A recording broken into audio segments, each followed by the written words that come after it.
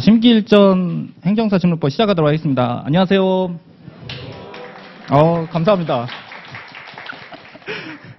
그리고 원래 땀이 많습니다. 오늘 이제 제 수업을 처음 들어오신 분들은 왜 이렇게 땀을 많이 흘리시는가 이렇게 하실 텐데, 원래 좀 이제 땀이 좀 많아서요.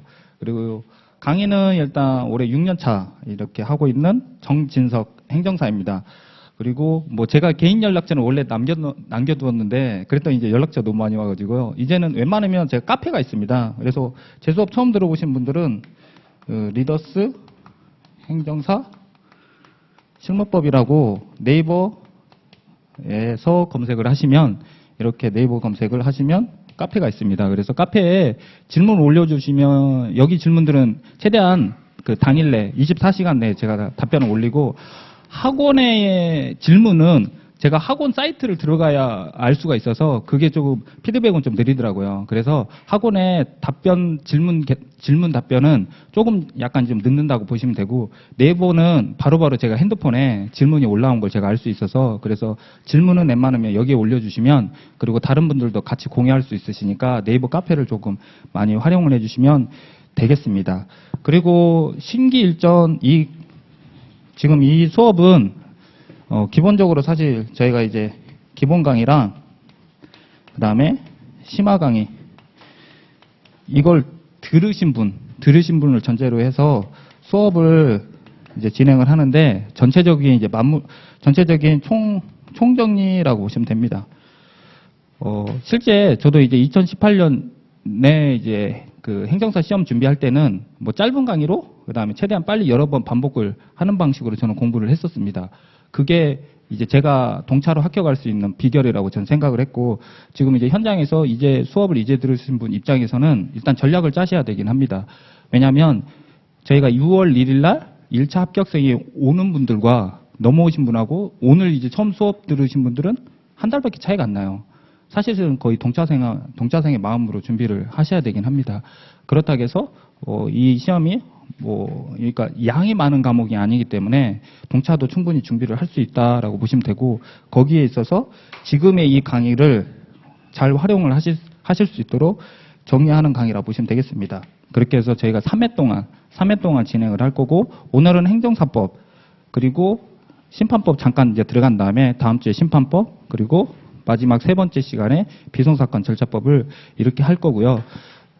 영상은 이제 최대한 제가 이제 교재를 중심으로 진행을 할 거라서 여러분이 동영상을 이제 반복해서 이제 듣는 방식으로 하시고, 저는 이제 과거에 저도 시험을 공부할 때 다시 재결제를 또 했어요. 그러니까 반복의 한도가 있어가지고, 저는 짧고 여러 번 강의를 여러 번 듣는 게 훨씬 더 효과적이더라고요. 그렇게 한 다음에 다시 책을 내가 혼자서 다시 공부를 하고, 그리고 다시 강의를 또 듣고, 이렇게 하는 방식이 저한테는 효과적이어서 나름의 이 심기일전 강의를 여러분이 6월 1일 날 말 그대로 이제 수많은 이제 1차 합격을 해서 넘어오는 분들과 내가 어떻게 하면 경쟁적으로 잘 준비할 수 있을지 이렇게 보시면 되겠습니다. 그렇게 하셔서 이 수업을 준비하시면 되고, 그러다 보니까 교재는, 그리고 빠르게 정보를 좀 습득하기 위해서 어쩔 수 없이 이 교재로 빠르게 진행을 하겠습니다. 그렇게 하신 다음에 중요한 건, 제가 이제 기본 강의, 심화 강의 때도 이제 수업을 듣는 분한테 얘기를 하지만 목차가 제일 중요합니다. 목차를 통해서 제가 목차를 여러 번 얘기를 할 거고요. 그리고 목차 얘기하고 키워드, 목차 얘기하고 키워드, 이렇게 반복을 할 겁니다. 그렇게 한 다음에 여러분이 지금 기본 심화로 넘어오신 분들 입장에서는, 그러니까 제가 기본 심화를 듣는 분들에게는 그냥 단순하게 그 큰 카테고리가 어떤 건지만 제가 알면 된다라고 하는데, 지금 강의는 약간 한 단계 넘어야 되긴 합니다. 그래서 목차까지 다 기억을 하시고, 그다음 키워드까지는 기억을 하셔야 6월 1일 날 이제 새롭게 넘어오신 분보다는 훨씬 더 좀 속도가 좀 붙겠죠. 그렇게 하셔서 행정사법부터 이제 보도록 하겠습니다. 여러분들에게 이제 자료집이 좀 나눠져 있을 겁니다. 그래서 여러분이 그 목차랑 키워드를 알 수 있도록 지금 배포된 자료가 있습니다. 목차 해가지고 지금 01, 03 이렇게 행정사법 이렇게 되어 있고요. 실제 이거는 이제 제가 이제 마무리 특강 때 하는 자료인데 신규 일정 강의 때 이렇게 해드리는 게 훨씬 더 낫더라고요. 보통 마무리 특강 때 하려고 했더니 시간이 너무 촉박하더라고요. 보통 6시간 동안 하는데 그걸로도 부족을 하고 그래서 이렇게 9시간일 때 이걸로 진행하는 게 훨씬 효과적일 것 같아서 이렇게 하고 있습니다. 그러면 여러분이 이제 행정사법, 오늘은 이 행정사법 이 전체 페이지 이걸 중심으로 보시면 됩니다. 그렇게 하시고 그 다음에 또 하나는 기본 심화 때 제가 얘기 드렸던 기본적인 목차가 있습니다. 그러면 이것도 같이 펼쳐보시면 이 두 가지를 같이 보시면 되겠습니다. 보시면 이거는 지우겠습니다.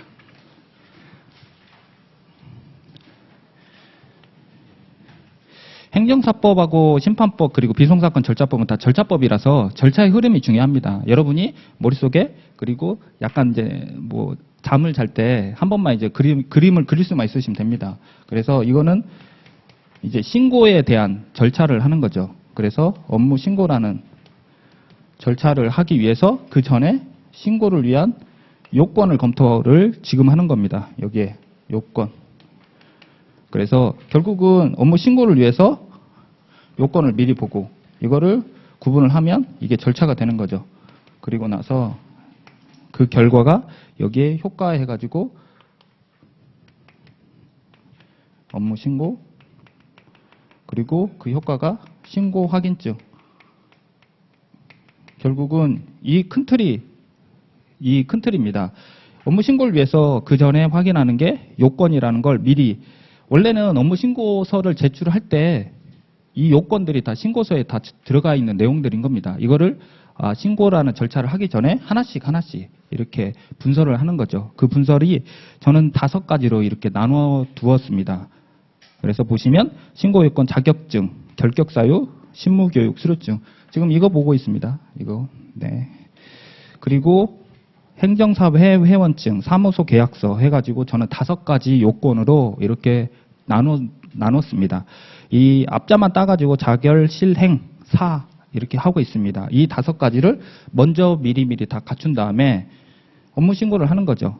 이거를 절차라고 보는 거죠. 그리고 그 절차를 접수가 되고 나서 그 이후에는 최종 결과가 문서 하나가 발급이 됩니다. 그게 바로 신고 확인증인 거죠. 행정은 결국은 하나의 문서를 발급받기 위해서 어떤 절차를 접수를 하고 접수를 하기 전에 각각의 요건별로 검토를 한다라고 이렇게 보시면 됩니다. 그래서 이 절차 내에 있는 것들을 다시 하나씩 보시면 여기에 이제 자격증, 그다음에 결격 사유, 그다음에 실무교육, 이수증, 수료증이네요. 실무교육, 수료증. 그다음에 행정사회, 회원증. 그다음에 사무소, 사무실 계약서. 그렇게 해서 앞자만 이렇게 하면 됩니다. 그리고 나서 여기에 업무 신고서를 접수하는 거죠. 그런 다음에 신고 확인증이 나오면 그래서 비로소 권리 의무가 생깁니다. 그래서 여기에 행정사 권리 의무. 그냥 단순하게 보면 행정사법은 의외로 간단하긴 합니다. 그냥 앞에서부터 순서대로 여러분이 이제 쭉쭉 그냥 뭐 조문을 보더라도 아니면 교재를 보더라도 크게 어려운 내용은 없지만 이거를 한번 위에서 여러분이 이제 숲에서 기본 강의, 심화 강의는 이제 듣고 왔다라고 제가 전제를 했을 때 위에서 한번 보자는 거죠. 큰 덩어리는 결국 업무 신고를 위해서 요건을 배우고 그다음 업무 신고가 되면 신고항의증이 나오는 절차다라고 보는데 신고항의증이 왜 의미가 있고 그리고 기존에 기출됐던 것도 제가 잠시 후에 보여드릴 거지만 이 행정사법은 기본적으로 행정기관 입장에서의 어느 쪽을 관점을 보자라는 거죠. 그러면 실제 업무 신고서는 행정기관 입장이잖아요. 그리고 행정기관 입장에서 신고 확인증도 중요하지만 이제 의무를 지키지 않았을 때 그리고 지키지 않으면 제재를 가해야 되겠죠. 그래서 제재가 총 4가지가 있습니다. 취소, 그 다음에 업무 정지, 그 다음에 벌칙, 그리고 과태료. 이 네 가지가 이렇게 의무랑 다 연결되어 있습니다. 그래야 의무를 그다음에 신고항의증을 제대로 이제 이 업무를 안 한다라고 하면 이에 대한 제재를 어떤 실효적인 권리가 생기겠죠. 그랬을 때 앞자만 따가지고 이것도 두 문자로 치정 벌태 여기는 이제 태로 이렇게 했습니다. 그러면 취소는 자격 취소, 정지는 업무 정지, 그다음 벌칙은 말 그대로 이제 형사에 따른 벌칙이라고 보시면 됩니다. 그리고 과태료는 금전벌이라고 이렇게 보시면 되고요. 그래서 취소, 치정벌태 이렇게 네 가지가 있다라고 보시면 됩니다. 이게 끝입니다. 행정사법은 결국은 이 큰 덩어리에 이 절차가 이렇게 되어 있다고 보시면 되고요. 여러분이 한 번만 다시 한 번 더 그림으로 이렇게 그릴 수만 있으시면 됩니다. 이거를 그림으로 이렇게 되어 있는 걸 다시 하나씩 목차별로 이렇게 보는 거죠. 공부를 할 때 목차별로 하나씩 나눠서 보시면 개수가 너무 많아 보이거든요. 그런데 개수가 이걸 이런 식으로 조금 카테고리를 하게 되고 그다음에 어느 쪽이 더 중요한지를 알게 되면 공부의 비중이 좀 달라집니다. 한번 우리 기출됐던 것도 지금 나눠드린 게 있습니다. 한번 보실까요? 기출됐던 거 이렇게 펴 보실까요? 오늘은 이제 처음 수업을 들어오신 분들은 자료가 좀 낯설어 보이실 텐데 기본 심화 들으신 분들은 자료가 조금 익숙한 자료들이 있을 겁니다. 여기 보시면 위에 글씨가 좀 작게 나왔는데 위에 이제 행정사법이 있고 중간에 심판법, 그 다음에 비송사건 절차법이 있습니다. 그럴 때 맨 위에 행정사법을 쭉 보시면 서설 요건 절차 효과 제재 이렇게 되어 있는데요. 제재는 치정벌태, 취소 정지 이 파트라고 보시면 되고요. 그리고 제가 주로 중요하다라고 생각되는 건 회색으로 이렇게 처리를 했습니다. 이렇게 볼 때 보면 1회 때, 2회 때부터 1회 때는 행정사법이 기출이 안 됐습니다. 그러다가 2회 때부터 이렇게 기출이 되고 주로 2회 보시면 정지, 그 다음에 취소, 그 다음에 4회 때는 과태료. 어느 쪽에 중요하다라고 보고 있다라는 걸 볼 수가 있겠죠. 그러다가 5회 때는 업무 신고를 이렇게 나왔고 6회 때 다시 벌칙, 그리고 7회 때는 의무, 그리고 8회, 9회 보시면 9회 때부터 개정법이 행정사법인이 들어오기 시작해서 행정사법인이 이렇게 나왔습니다. 그러다가 11회 때 작년에 자격 취소 그리고 업무 정지를 같이 이렇게 출제를 했었던 거죠. 공부에 그러면 중심이 어디로 가야 되냐면 결국은 이쪽으로 가야 되는 거죠. 여기는 여러분이 사실은 달달 외우셔야 되긴 합니다. 외워도 몇 개 안 돼요. 하나, 둘, 셋, 넷, 다섯. 뭐 여기는 안 하셔도 되고요. 그리고 이것까지 하시면 그러면 하나, 둘, 셋, 넷, 다섯, 여섯. 네. 몇 개 안 되죠. 여기는 그래서 원래 기출을 피해서 내는 게 맞긴 하잖아요. 다만 지금 다시 반복해서 좀 나오는 걸 보면 중요한 부분은 계속 출제를 하겠다라는 걸로도 볼 수 있잖아요. 그러면 여러분이 다시 준비를 하시는 게 가장 좋은 거죠. 그랬을 때 자격 취소와 정지는 작년에 나왔지만 지금 비송사건 절차부터 작년에 나온 것도 다시 나오긴 합니다. 그리고 이걸 분리해서 해석을 하면 내용이 다 의무에서 다 반복을 합니다. 그러다 보니까 여러분이 그냥 기출 작년 나온 거 그렇게 상관하지 말고요. 그냥 여러분이 편하게 하시는 게 제일 좋습니다. 왜냐하면 실무법 자체가 과목이 그렇게 양이 많지는 않다라고 저는 보고 있습니다.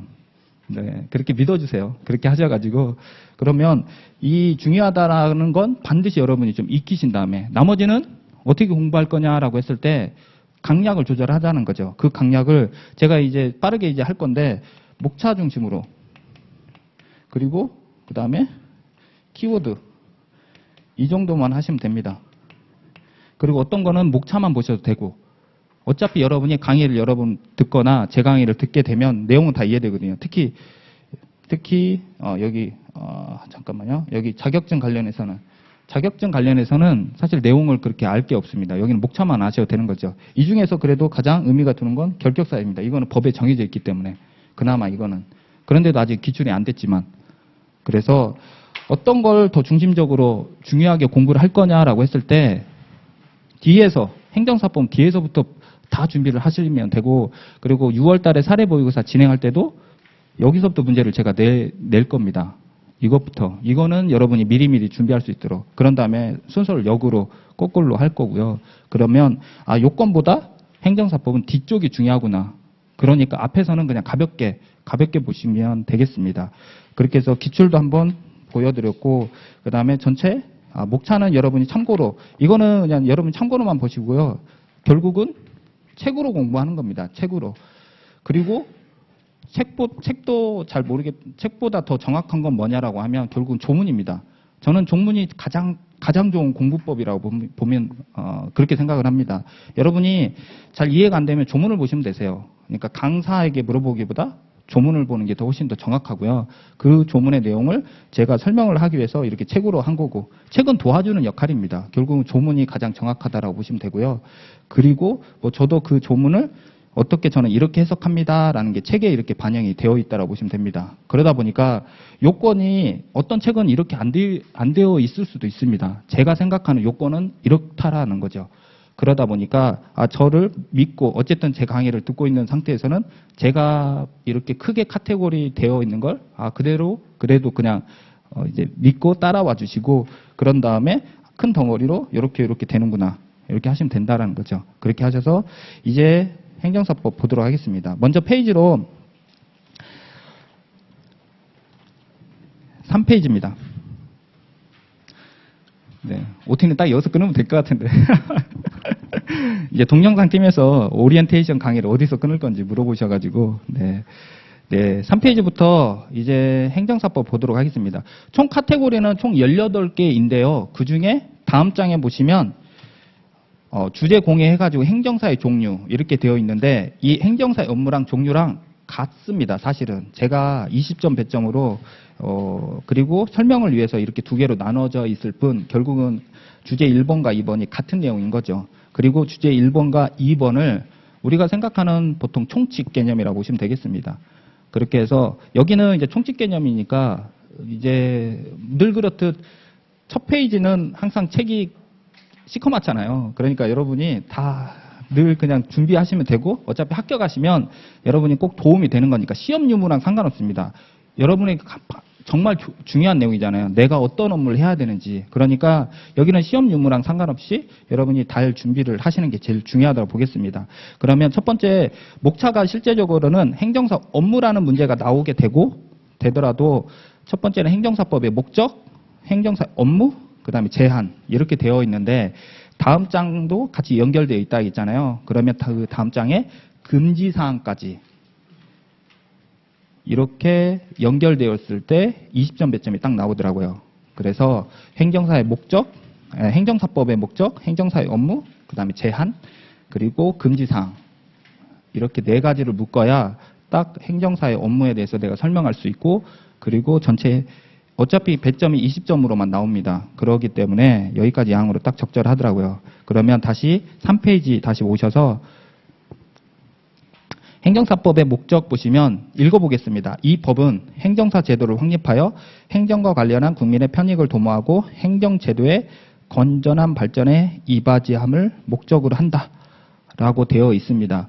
제가 이제 기본 심화 때도 얘기 드렸지만 행정사법의 목적은 전체 법에 대한 해석을 하는 데 있어서 가장 기준입니다. 이 목적을 기준으로 해서 말 그대로 요건이 있고, 그 다음에 절차가 있고, 그 다음에 효과가 있고요. 그 다음에 제재, 치정벌태, 취소, 정지, 벌칙, 과태료라는 내용이 이어져 있습니다. 그래서 행정사법 문제를 만약에 어떤 문제가 나오더라도 여러분이 시간이 남을 때 저 행정사법 목적을 이제 간단하게라도 적어주시면, 저는 감히 얘기하건대 0.1에서 0.5점까지 무조건 획득한다라고 저는 보고 있습니다. 그러니까 저 문구는 꼭 좀 꼼꼼하게 좀 봐주시면 좋겠습니다. 지금 이제 5월이니까 한 줄에 한 번에 안 외워지더라도 천천히 하시면, 그래서 제가 두 문자로 행정사 편도 이렇게 하고 있습니다. 행정사 제도의 행정사, 그 다음에 편익의 편, 그 다음에 여기 행정제도의 도에 뚜껑 글씨가 되어서 행정사 편도라는 두 문자로 이렇게 하고 있는데요. 일단 두 문자라도 먼저 기억을 하셔도 되고, 내용으로 기억을 하셔도 되고, 그리고 여러분은 어차피 내일 모레 되면 까먹는다고 생각하셔도 돼요. 여러분이 암기할 수 있는 만큼만, 너무 무리하지 않으셔도 됩니다. 어차피 지금 시간이 5월, 6월, 7월 이렇게 남았으니까 제일 부담 없이 목차를 먼저 외우시는 게 가장 중요합니다. 그렇게 하셔가지고 행정사 제도를 확립하여 라는 기본적인 내용을 가지고, 그리고 행정과 관련한 국민 편익을 도모하고 행정제도의 건전한 발전에 이바지함을 목적으로 한다라고 이렇게 되어 있는 거죠. 그리고 심기일전 강의이지만 그래도 한 번 더 얘기 드리면 명칭상으로는 행정사 제도를 확립하여 라고 하고 있고 그 다음에 또 하나가 행정과 관련해 이걸 이렇게 하겠습니다. 행정과 관련한 국민 편익을 도모하고 그리고 행정제도 발전이라고 이렇게 되어 있습니다. 각각 조문도 결국은 다시 여기가 요건이고 또 효과 이렇게 되어 있더라고요. 그러니까 개별 조문들이 또 다시 세부적으로는 또 요건과 효과로 이렇게 되어 있다라고 여기까지만 기억을 하시면 되겠습니다. 전체 행정사법이 목적, 요건, 절차, 효과가 되어 있는데 목적도 다시 요건과 효과로 되어 있다라는 거죠. 이거를 나중에 여러분이 합격하신 다음에 법을 보다 보면 전체 큰 틀이 결국 요건, 효과 그리고 어떤 절차를 위해서 행정기관에 신청할 땐 또 절차가 사이에 들어오는구나. 이 개념을 꼭 기억을 하시면서 여러분이 이제 행정절차법도 그렇게 공부를 하시거나 사무관리도 그렇게 하시고 사무관리는 특이한 건 효과만 있는 경우도 있어요. 효과만. 아니면 요건만 있거나 그러다 보니까 여러분이 어려운 거죠. 어떠한 경우를 완성을 하면 효과가 발생이 돼야 되는데 효과만 있거나 그러다 보니까 여러분이 공부하기가 어렵기도 합니다. 그래서 기본적으로는 원래 요건과 효과가 전체적으로 법에 다 있다라고 보시면 되고요. 그리고 두 번째 행정사의 업무는 총 7가지입니다. 7가지. 그래서 읽어보면 행정기관에 제출하는 서류의 작성의 작, 그 다음에 권리 의무나 사실 증명에 관한 서류의 작성의 작, 그 다음 세 번째 행정기관의 업무에 관련된 서류의 번역의 역, 위 각호에 따라 작성된 서류의 제출 대행의 대, 이인 허가, 면허 등을 받기 위하여 행정기관에 하는 신청 청구 및 신고 등의 대리, 의 인의 동그라미 하시고요. 행정관계 법령 및 행정에 대한 상담, 상의 동그라미 하시고 마지막 법령에 따라 위탁받은 사무의 사실조사 및 확인, 법령에 동그라미 하시면 그 두 문자로 하면 작작 역대 인상법 이렇게 됩니다. 작작 역대 인상법 이렇게 하시면 되고요. 행정기관에 제출하는 서류의 작성과 그 다음에 네 번째 위 각호에 따라 작성된 서류의 제출 대행. 그래서 작성도 하고 제출도 하고 이렇게 하고 그런 다음에 이거는 대행과 대리를 한 번 더 설명하면 대행은 각각 개별적으로 전부 다 위임장을 하나씩 접수한다라고 보시면 되고요. 대리는 포괄 대리라고 보시면 됩니다. 똑같은 대리는 똑같습니다. 그러니까 단어상에 이제 여러분이 민법에서 대리 배우잖아요. 둘 다 똑같은 대리입니다. 다만 대행은 각각 개별 특정한 부분에 대해서만 대리를 한다라고 보시면 되고요. 이 대리는 전체 시작과 끝을 그래서 보시면 5호에 인가 허가 등을 받기 위해서 대리가 내가 위임장을 제출하면 시작과 끝에 대한 모든 걸 다 대리로 되어 있다고 보시면 됩니다. 그래서 단어상에 우리에게 큰 의미는 이 대리가 더 중요하겠죠. 이 대행은 개별적으로 매번 서류를 진행할 때마다 위임장을 제출하는 건별 제출이라고 보시면 됩니다. 그리고 하나가 또 나오는 게 법령이라는 단어가 나오고 법률이라는 단어가 나옵니다. 이럴 때 법령은 다시 법률과 명령을 합친 말입니다. 즉 법령은 더 넓은 개념이죠. 법률은 국회의원이 그다음에 입법기관에서 제정된 걸 법률이라고 보시면 되고요. 명령은 행정기관에서 하거나 아니면 대통령령에서 하거나 그래서 명령과 법률은 국회에서 만든 거라고 보시면 됩니다. 그러다 보니까 법률은 여러분이 행정절차법에서 나올 겁니다. 권리를 제한하거나 의무를 부과할 때는 법률에 의해서만 가능하도록 되어 있습니다. 그러면 행정사의 업무를 다른 사람을 못하게 하려면 법률에 의해서만 제한을 해야 되겠죠. 그리고 법률이 제정이 되었다라고 하면 그 세부적인 내용은 명령에 있겠죠. 무슨 말이냐면 저희에게 유리한 거는 법령으로 해석을 하시면 되고요. 불리한 건 법률로 해석을 하시면 됩니다. 그래서 뒤에 거기 3페이지 맨 밑에 보시면 제한에서는 다른 사람들을 제한시키려면 법률에 의해서만 제한을 할 수 있겠죠. 그리고 그 다음 장에 넘겨보시면 다른 사람들이 우리 업무를 하기 위해서는 또 법률에 의해서만 할 수 있게 되어 있습니다. 그러니까 키워드가 제가 이제 두꺼운 글씨로 우리 업무를 그러니까 못하게 하려면 법률에 의해서만, 그리고 우리 업무를 하게 하려면 또 법률에 의해서만. 그러니까 단어가 더 중요하겠죠. 그리고 우리 업무는 다시 3페이지로 오셔가지고 우리 업무를 내가 할 때는, 내가 행정사를 취득한다면 내가 할 때는 더 넓게, 그래서 이미 법률은 제정됐으니까 그러면 법령에 의해서 이렇게 더 확장이 된다라고 보시면 되겠습니다. 그러면 5호까지 제가 설명드렸고, 그 다음에 6호는 행정관계 법령 및 행정에 대한 상담은 그냥 문구 그대로 보시면 됩니다. 그래서 행정관계 법령은 현재 한 4,500개 정도 됩니다. 4,500개 엄청나게 많죠. 그 외에 나머지는 한 이제 형사 관련된 그런 법률이라고 보시면 되고요. 실제 법률은 전체 한 4,700개 정도 되는 것 같더라고요.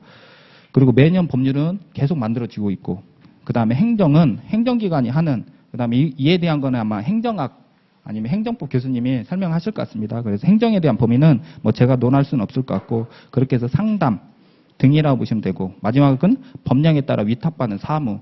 현재 근데 법령에 따라 위탁받은 사무는 아직은 행정사를 거론한 법률은 그렇게 많지는 않더라고요. 그런데 앞으로 계속 이러한 법령은 앞으로 많이 만들어질 거니까요. 이렇게 해서 작장역대 인상법 7가지가 있다라고 보시면 되고요.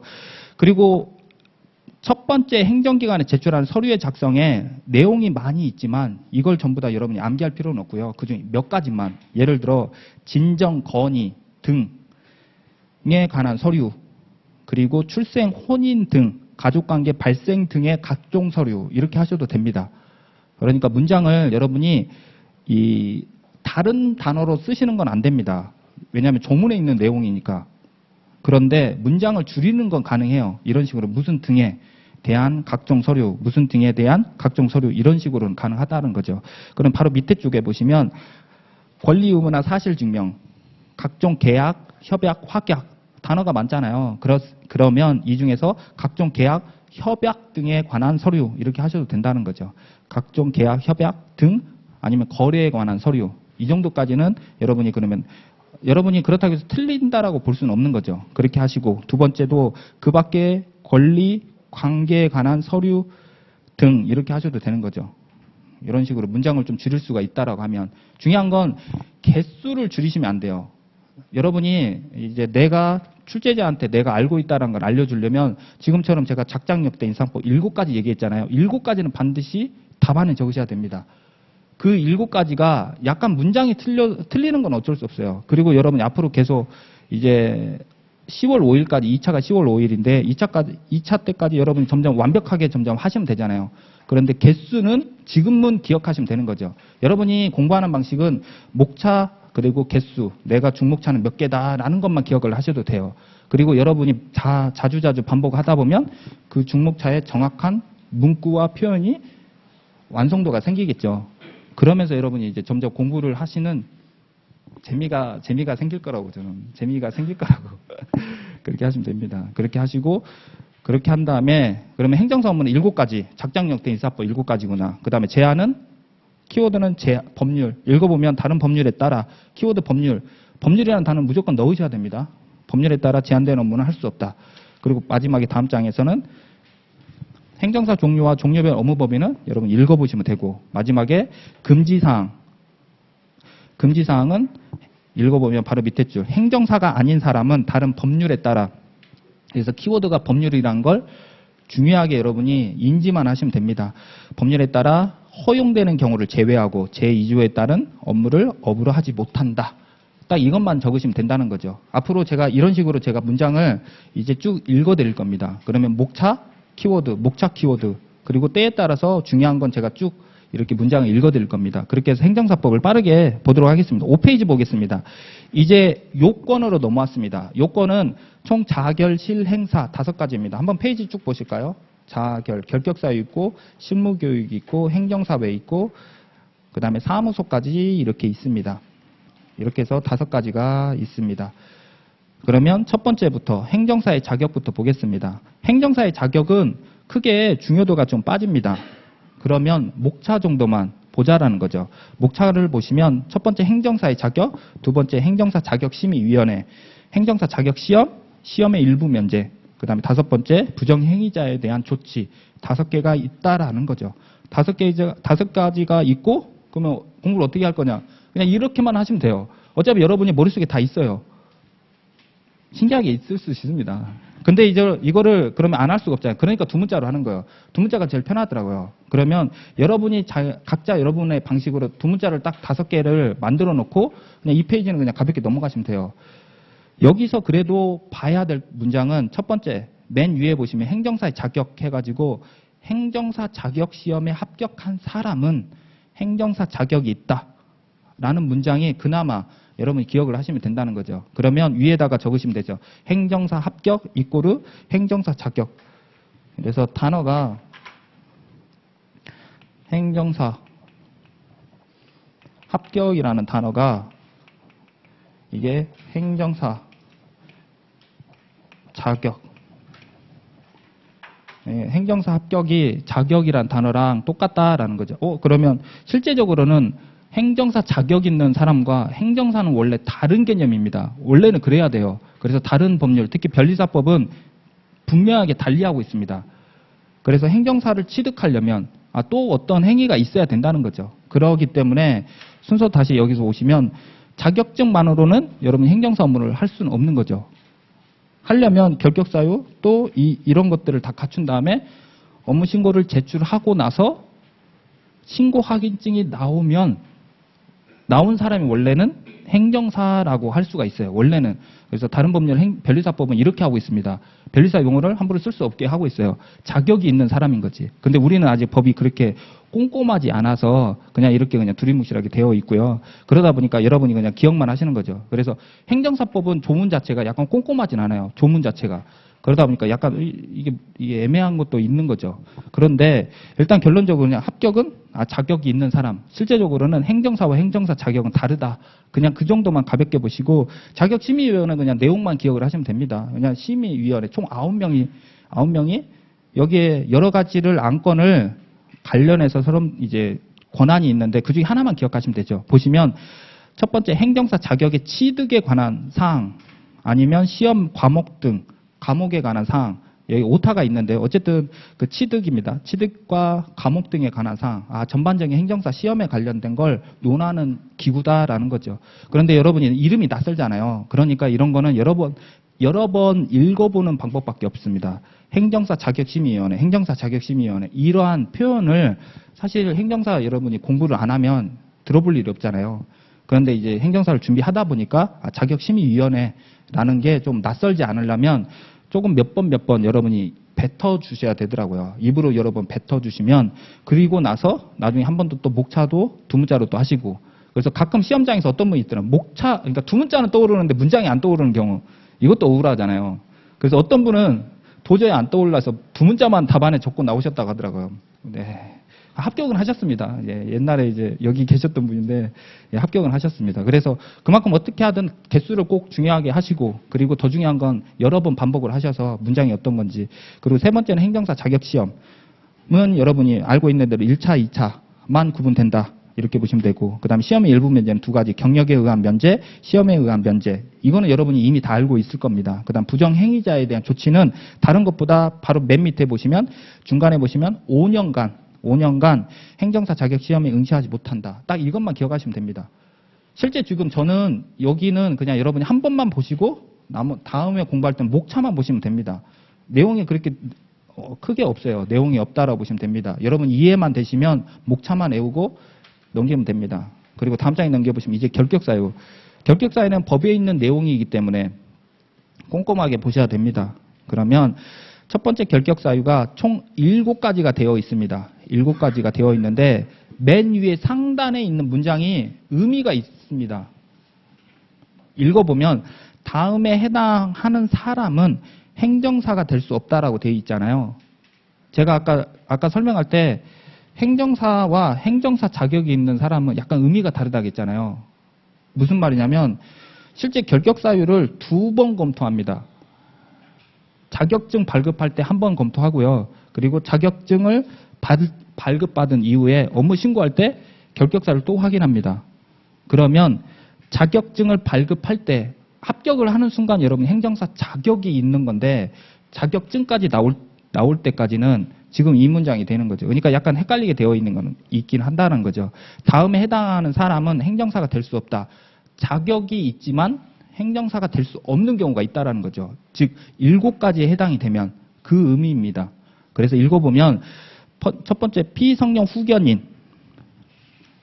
그러니까 성년이지만 후견을 받아야 되는. 피라는 건 받는 사람을 말합니다. 그 다음에 두 번째 파산 선고를 받고 복권되지 아니한 사람. 그러니까 경제적 무능력이라고 보시면 됩니다. 그 다음에 세 번째 금고 이상의 형의 선고 유예를 받고. 금고라는 건 이제 어떠한 이제 격리를 지킨다는 거라고 보시면 됩니다. 그렇게 해서 선고 유예, 일정 이상의 어떤 선고를 좀 선고를 나중에 하겠다. 그 기간에 있는 사람. 그다음 네 번째 금고 이상 형의 집행유예를 선고받고. 집행은 실제 그 집행은 좀 잠시 좀 유예를 했다라는 거죠. 그리고 유예 기간 끝난 날부터 2년이 지나지 아니한 사람. 다섯 번째 금고 이상의 실형. 실제는 이제 실제 형을 받고 있는 걸 말하고 실형을 선고받고 집행이 끝나거나 집행이 면제된 날부터 3년이 지나지 아니한 사람. 여섯 번째 공무원으로서 징계 처분에 따라 파면되거나 해임된 후 3년이 지나지 아니한 사람. 일곱 번째 행정사 자격이 취소된 후 3년이 지나지 아니한 사람. 중요한 건 7가지가 중요합니다. 그렇기 때문에 두 문자로 제가 이제 도와드리는 거죠. 두 문자로 하면 피파 고지평 공자. 7가지가 있고요. 이러한 문장을 완벽하게 할 수가 없잖아요. 그러다 보면 아까처럼 등으로 하자는 거죠. 그러면 피성년, 후견인 등 2가지가 되어 있는데 2가지 다 하셔도 되지만 하나만 일단은 여러분이 기억을 하자는 거죠. 옆에 보시면 피한정 후견인도 있는데 나는 그냥 둘 중에 하나만 피성년 후견인 등으로 이렇게 하시면 된다는 거죠. 그리고 파산 선고를 받고 복권되지 아니한 사람. 그다음에 세 번째는 선고유예 받고 기간에 있는 사람. 그다음 네 번째는 집행유예를 선고받고 그 기간이 끝난 날부터 중요한 건 숫자는 틀리면 눈에 정확하게 드러납니다. 그래서 숫자 같은 경우에는 정확하게 2년이 지나지 아니한 사람. 그다음 다섯 번째는 실형을 선고받고 집행이 끝나거나 2가지잖아요. 면제 끝나거나 이 중에서 하나로만 기억을 하자라는 거죠. 그러면 집행이 끝나는 등 3년이 지나지 아니한 사람. 이렇게 하시는 게 여러분에게 답안에 표기하는 방법이다라고 보시면 됩니다. 여섯 번째 공무원으로서 징계 처분에 따라 파면 아니면 해임 2가지가 있잖아요. 그러면 파면 등이 되고 나서 아니면 파면이 된 후 3년이 지나지 아니한 사람. 이런 식으로 하자라는 거죠. 그리고 마지막에 자격이 취소된 후 3년이 지나지 아니한 사람. 이렇게 하셔가지고 중요한 건 7가지가 있고 숫자는 중간에 보시면 2년, 나머지는 다 3년 이렇게 기억을 하시면 되겠습니다. 그렇게 하신 다음에 자격증은 결국은 처음에 결격사유, 이 결격사유는 2번 한다는 거죠. 결격사유를 확인하고 자격증이 나오고 그리고 업무 신고할 때 자결실 행사를 갖춘 다음에 업무 신고를 한다라고 보시면 됩니다. 그래서 결격사유는 2번이다라고 보시면 되고요. 목차상으로는 지금 이렇게 순서가 자격증 뒤에 있지만 원래는 결격사유를 미리 확인하고 자격증이 나옵니다. 그리고 자격증이 나온 이후에 내가 업무 신고할 때 결격사유를 또 한 번 합니다. 그럴 수밖에 없는 이유가 그 사이에 범죄를 또 저지를 수가 있잖아요. 그렇기 때문에 이렇게 7가지를 미리 확인하고 또 이제 업무 신고할 때 또 확인한다고 보시면 됩니다.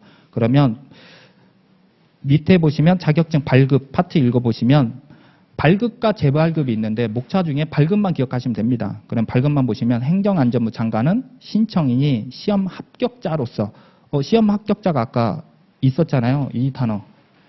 시험 합격자는 결국은 행정사 자격 있는 사람, 행정사 자격과 같은 표현인 거죠. 그래서 행정안전부 장관은 신청인이 행정사 자격 있는 자로서 이런 표현도 가능하겠죠. 그러니까 여러분이 그냥 이해만 하시면 됩니다. 단어가 어려운 것도 아니지만 제6조에 따른 결격사유에 해당되지 아니한 것이 확인되면 행정사 자격증을 신청인에게 발급하여야 한다. 결국은 이 문장이 너무 어려우면 그냥 여러분이 이해할 수 있으시면 됩니다. 시험 합격자로서 결격사유에 해당이 되지 않으면 자격증을 발급하여야 한다. 결국 이 문장을 위해서 조문이 이렇게 좀 어렵게 되어 있는 거죠. 조문은 실제 정확한 표현이긴 하지만 여러분이 답안에 쓰려고 하면 낯선 표현이긴 하잖아요. 여러분이 평상시에 이런 표현을 하지 않잖아요. 뭐뭐에 해당되는 경우 해당되지 아니하는 것이 저도 말도 어렵네요. 뭐뭐에 해당되지 아니한 것이 확인되면 이런 표현 안 쓰잖아요. 그러니까 조금 여러분 답안 쓰려고 하면 조금 낯설입니다. 여러분이 말로 설명할 수 없으면 현장에서 시험장에서 안 써져요.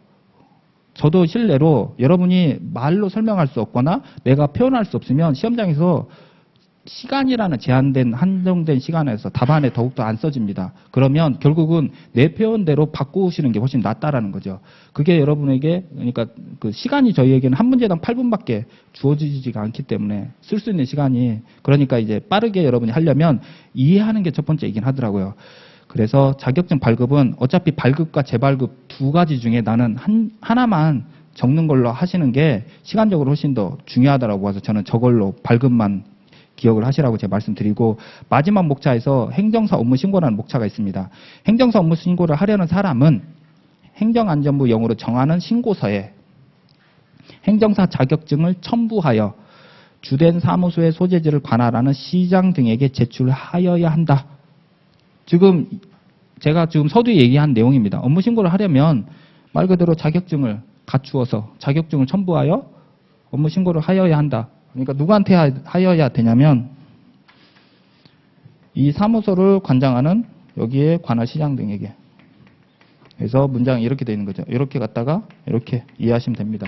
업무 신고를 하려면 자격증을 첨부하여 사무소를 관장하는 시장 등에게 제출하여야 한다. 이렇게 이해하시면 됩니다. 그러니까 결국은 업무 신고 때문에 전체가 다 있다라고 이해하시면 됩니다. 오른쪽에 이제 실무교육 넘어가겠습니다. 실무교육은 행정사 자격증이 있는 상태에서 실무교육을 신청합니다. 실무교육은 두 가지입니다. 기본 소양과 실무수습. 그래서 용어가 기본 소양과 실무수습 두 가지가 있다라고 보시면 됩니다. 여러분에게 교육은 딱 두 가지밖에, 이제 10월 5일까지는 종류가 두 가지밖에 없다라고 그냥 이렇게 생각하시면 됩니다. 그래서 기본 소양과 실무수습. 기본 소양과 실무수습은 굳이 구분을 하면 기본 사양은 일반 행정사, 번역 행정사, 회사 행정사가 다 공통적으로 들어야 되는 수업이다 보시면 됩니다. 그리고 실무수습은 각각 일반 행정사만 듣는 수업을 이렇게 말한다고 보시면 됩니다. 그랬을 때 두 번째 줄 보시면 동그라미 2번, 가로 2번, 기본 소양 교육과 실무수습 교육으로 구분한다. 그리고 바로 밑에 보시면 기본 소양 교육은 20시간, 그 다음에 실무수습 교육은 40시간. 숫자만 기억하시면 되겠습니다. 그래서 기본 소양은 20시간, 실무수습은 40시간. 그렇게 하시면 되고, 그 다음 두 번째 목차, 공고 및 교육 신청을 보시면 중간에 보시면 교육 실시 30일 전까지 공고하여야 한다라고 있습니다. 그러면 다시 한번 읽어보면 전체 풀로 읽어보겠습니다. 행정안전부 장관은 실무교육 계획을 수립하여 교육 실시 30일 전까지 일간 신문, 인터넷 홈페이지 등에 공고하여야 한다. 현재 그래서 매년 시행을 하기 전에 보통 1월 달에 해는 무조건 바뀌어야 됩니다. 그래서 1월 달 초에 전체 이제 교육 일정을, 그래서 1월 달 교육은 1월 하순에 있거나 아니면 2월에 있거나 이렇게 되어 있습니다. 그렇게 해서 보통 30일 전이니까 2월 달부터 시작을 하겠네요. 그러면 뭐 매년 교육에 대한 실무교육에 대한 교육을 30일 전까지 공고를 해야 되니까, 그래서 이렇게, 그래서 교육 공고는 30일 전까지. 그럼 교육 신청은 바로 밑에 보시면 중간부터 교육 실시 10일 전까지 교육을 신청해야 된다. 라고 이렇게 보시면 됩니다. 그러면 중요한 거는 숫자만 기억하시면 돼요. 기본 사양은 20시간, 실무수습은 40시간, 교육은 30일 전, 교육 신청은 10일 전. 이렇게 기억을 하시면 되겠습니다. 그리고 밑에 보시면 위임 및 위탁을 보시면 교육을 원래 원칙은 행정안전부 장관이 직접 해야 되는데 이 교육을 시도지사에게 다시 위임을 한 겁니다. 읽어보면 실무교육에 관한 권한을 시도지사에게 위임할 수 있다. 그래서 교육에 관한 권한을 시도지사에게 위임을 하고 그 위임된 교육을 다시 바로 밑에 보시면 행정안전부 장관의 업무는 그 일부를 행정사회에 위탁할 수 있다라고 되어 있습니다. 그러면 교육 권한은 시도지사에게 위임이 되어 있고, 그리고 교육에 대한 업무에 대한 부분은 다시 행정사회에 위탁되어 있습니다. 그러면 권한, 위임, 업무, 위탁, 권한, 위임, 업무, 위탁, 이 키워드로 여러분이 기억하시면 되겠습니다. 권한은 위임되어 있고 업무는 위탁되어 있다. 키워드를 여러분이 잘 기억을 하시면 되겠습니다. 실제적으로 행정기관의 업무와 행정기관에게 줄 때는 보통 위임이라는 단어를 많이 쓰더라고요. 그래서 위임이라는 표현으로 되어 있다. 같은 행정기관끼리 줄 때는 위임으로 되어 있고요. 그 다음에 행정기관이 아닌 다른 민간업자에게 어떤 업무를 줄 때는 위탁이라는 표현으로 이렇게 되어 있더라고요. 만약에 권한을 줄 때는 어떤 법령이 더 있어야 됩니다. 그렇게 보시면 되고요. 세 번째, 실무교육 수료증. 행정사 업무 신고를 하려는 사람은 똑같은 패턴입니다. 아까 자격증하고 행정사 업무 신고를 하려는 사람은 이번에는 이쪽입니다. 실무교육 수료증. 중간에 보시면 행정사 업무 신고를 하려는 사람은 쭉 보셔가지고 끝에 쪽 실무교육 수료증을 첨부하여 사무소를 관할하는, 여기는 사무실로 하지 않고 사무소로 해야겠네. 사무소를 관할하는 시장 등에게 제출해야 한다. 문장 패턴이 계속 똑같습니다. 업무 신고를 하려는 사람은 이번에는 실무교육 수료증을 첨부하여 관할하는 시장 등에게 제출해야 한다. 전체 문장은 그 틀은 조문은 흔들리지 않도록 하되 다만 문장을 줄이신다라고 보시면 됩니다. 그렇게 하셔가지고 이렇게 하고 다음 장 넘겨보시면 이제 행정사회. 목차가 좀 많이 있습니다. 행정사회는. 그리고 행정사회에 왜 설립을 하는지 목차가 있는데 첫 번째 행정사회 설립 해가지고 읽어보겠습니다. 행정사회는 행정사의 품위 향상과 직무의 개선 발전을 도모하기 위하여 정관을 작성하여 행정안전부 장관의 인가를 받아 설립 등기를 함으로써 성립한다. 여기서 한 번 더 끊어야 되는데 다시 읽어보겠습니다. 행정사회는 끊어보시고 행정사의 품위 향상과 직무의 개선 발전을 도모하기 위하여 여기서 끊으시고 그리고 정관을 정하여 끊으시고 행정안전부 장관의 인가를 받아 끊으시고 설립 등기를 함으로써 성립한다. 그럼 문장이 하나, 둘, 셋, 넷, 5개 되겠습니다. 이렇게 했을 때 보통 법인이 설립되려면 법인이라는 말은 이제 등기부 등본, 그냥 쉽게 직관적으로 여러분이 그냥 등기가 되어 있다라고 보시면 됩니다. 그러면 등기가 됐을 때 이때 비로소 성립이라는 표현을 합니다. 이거는 이제 김묘 선생님이 이제 하셨을 것 같고, 그러면 이제 법인은 등기가 되어야 비로소 성립된다라고 보면 되고, 법인이 성립하려면 기본적으로 조건이 이거 외에 정관이 있어야 됩니다. 정관이 있어야 이렇게 된다라고. 일반적인 다 법인들은 다 이렇게 되어 있습니다. 그런데 어떠한 법률에 의해서 지정이 되는 법인은 여기 하나가 더 있는 거죠. 추가적으로 허가를 받거나 인가를 받거나, 비영리 같은 경우에는 허가라는 표현으로 되어 있습니다. 그런데 이제 행정사법에서는 대한행정사회도 법인이기 때문에 정관, 그런데 법률에 의해서 만들어지기 때문에 인가를 받으라고 하는 거죠. 그래서 이거를 이렇게, 그러면 밑에다가 보시면 설립된 게 이렇게 되는 거죠. 그래서 행정사법에 나오는 법인들은 그냥 정인설. 오늘 비가 와서 이게 분필이 자주 끊어지는 것 같습니다. 그래서 정인설 이렇게 기억하시면 되겠습니다. 행정사법에 나오는 게 법인이 두 가지 나옵니다. 행정사회, 그다음에 행정사법인. 그러면 정인설 세 가지로 이렇게 기억하시면 되겠습니다. 그렇게 하셔서 정관 작성을 하고 인가를 받고 설립 등기를 한다라고 보시면 되겠습니다. 그런데 그 사이에 목적이 있을 거잖아요. 어떤 법인은 왜 목적이 있는 건지. 그 목적이 여기서는 두 문자로 그냥 줄여서 품계도 이렇게 보시면 됩니다. 행정사의 품위 향상과 직무의 개선. 그래서 개선의 개자, 그 다음에 도모하기 위하여 도 해가지고 제가 두 문자로 품계도 이렇게 하고 있습니다. 그러면 그러니까 법인인데 어떤 법인이냐. 즉, 행정사회라는 법인은 품계도, 행정사의 품위 향상이라는 건 말 그대로 정성적으로 이 사람의 그 수준을 말하고, 직무의 개선 발전은 어떤 정량적인 거라고 보시면 되겠죠. 그래서 정량적인 걸 도모하기 위하여, 그 다음 정인설, 정관, 인가, 설립 등기를 함으로써 성립한다. 이렇게 보시면 됩니다.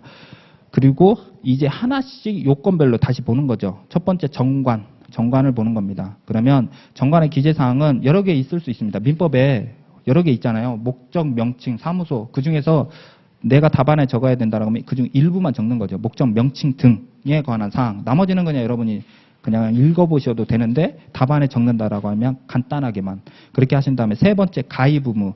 행정사회는 21년도부터 이제는 업무를 신고를 하려면, 행정사로서 개업하려면 행정사회에 가입하여야 한다로 이렇게 바뀌었습니다. 그래서 가입이 의무가 된 거죠. 업무 신고를 하려면.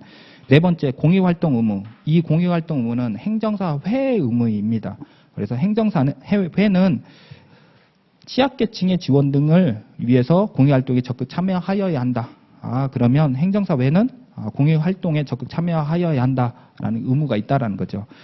그랬을 때 3번과 4번이 의무이기 때문에 이것만 주의하셔서 목차를 기억하시면 되고, 그리고 공익활동 의무의 대표적인 게 마을행정사라고 보시면 됩니다. 5번째 민법 규정의 준용. 지금 행정사회도 법인, 그리고 비영리법인이기 때문에 사단법인이기 때문에 그래서 규정을 준용을 하는데 행정사회에 관하여 규정하지 아니한 사항은 민법 중 사단법인에 관한 규정을 준용한다라고 기억하시면 되겠습니다. 그리고 여기에 문장이 너무 길기 때문에 여러분이 그냥 줄여가지고 그러면 그냥 민법 규정에 준용해가지고 사단법인에 관한 규정을 준용한다. 이렇게도 줄일 수가 있다라고 보시면 됩니다.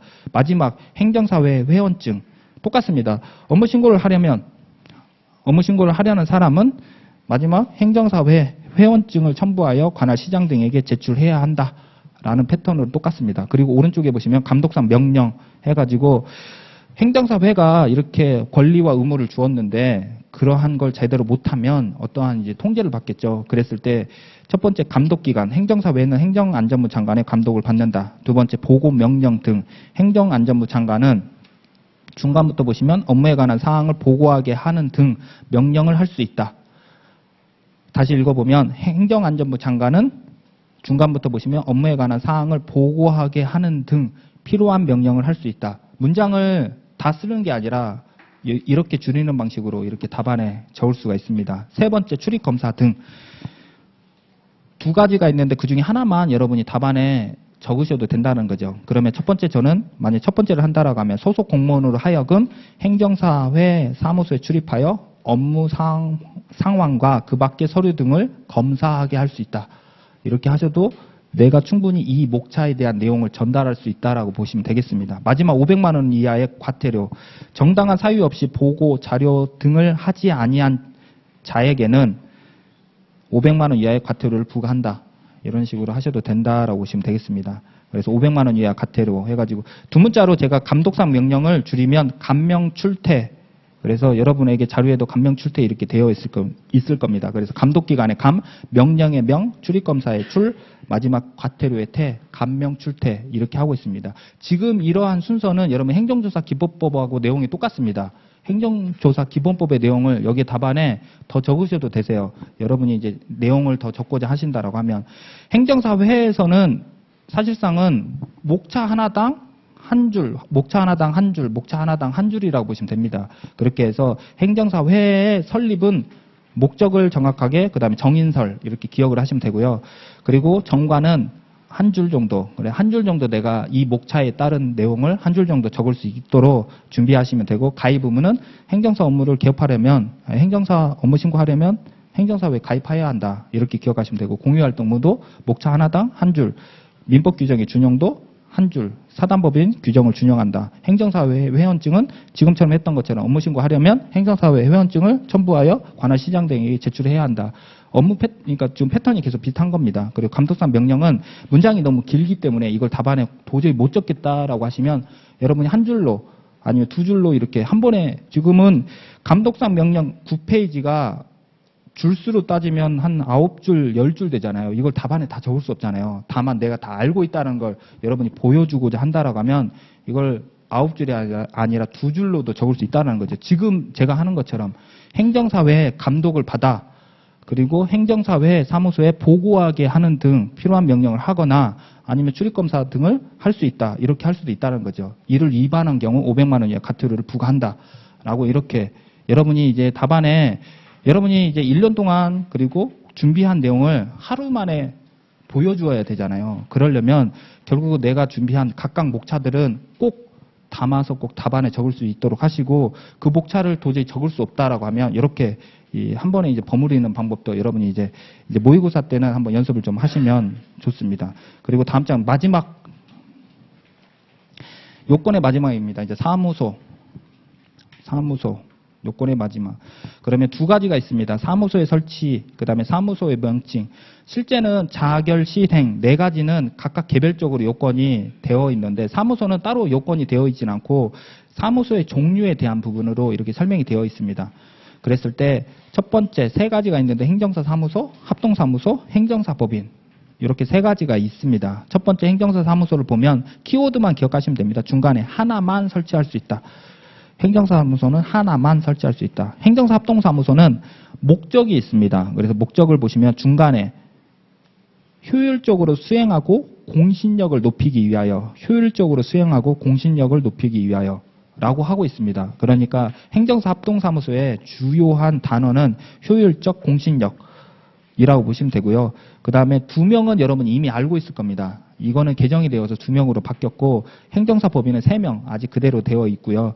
그랬을 때 동그라미 2번과 3번은 이제 같이 연결해서 볼 수가 있습니다. 그러면 중간부터 보시면 행정사 수를 넘지 않는 범위 내에서 주사무소 등을 설치할 수 있다. 이렇게 하시면 되겠죠.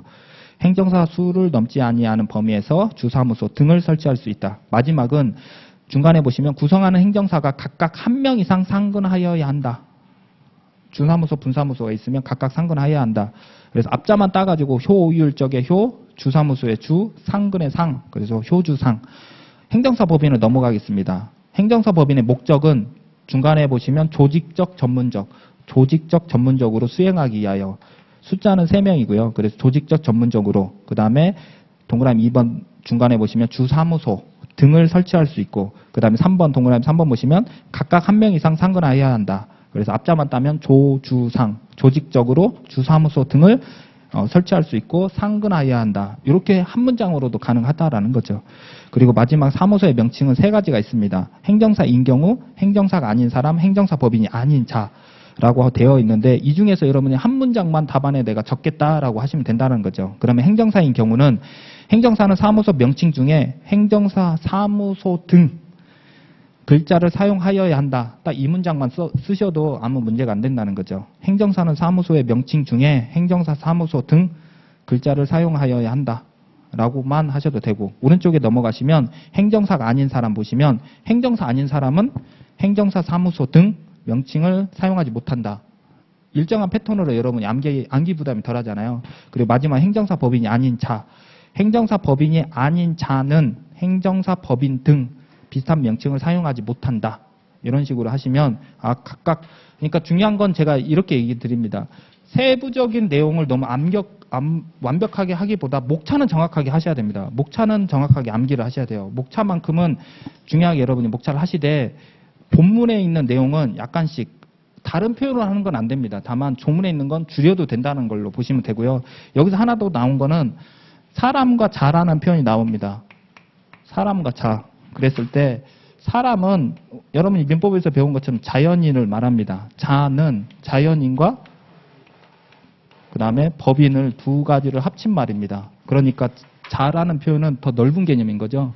그것만 기억을 하시면 됩니다. 사람과 자라는 표현이 있는데 우리한테는 자라는 표현으로 다 바뀌어야 됩니다. 이것도 행정사법에서 자라는 표현으로 다 바뀌어야 되는데 이게 개정이 덜 됐어요.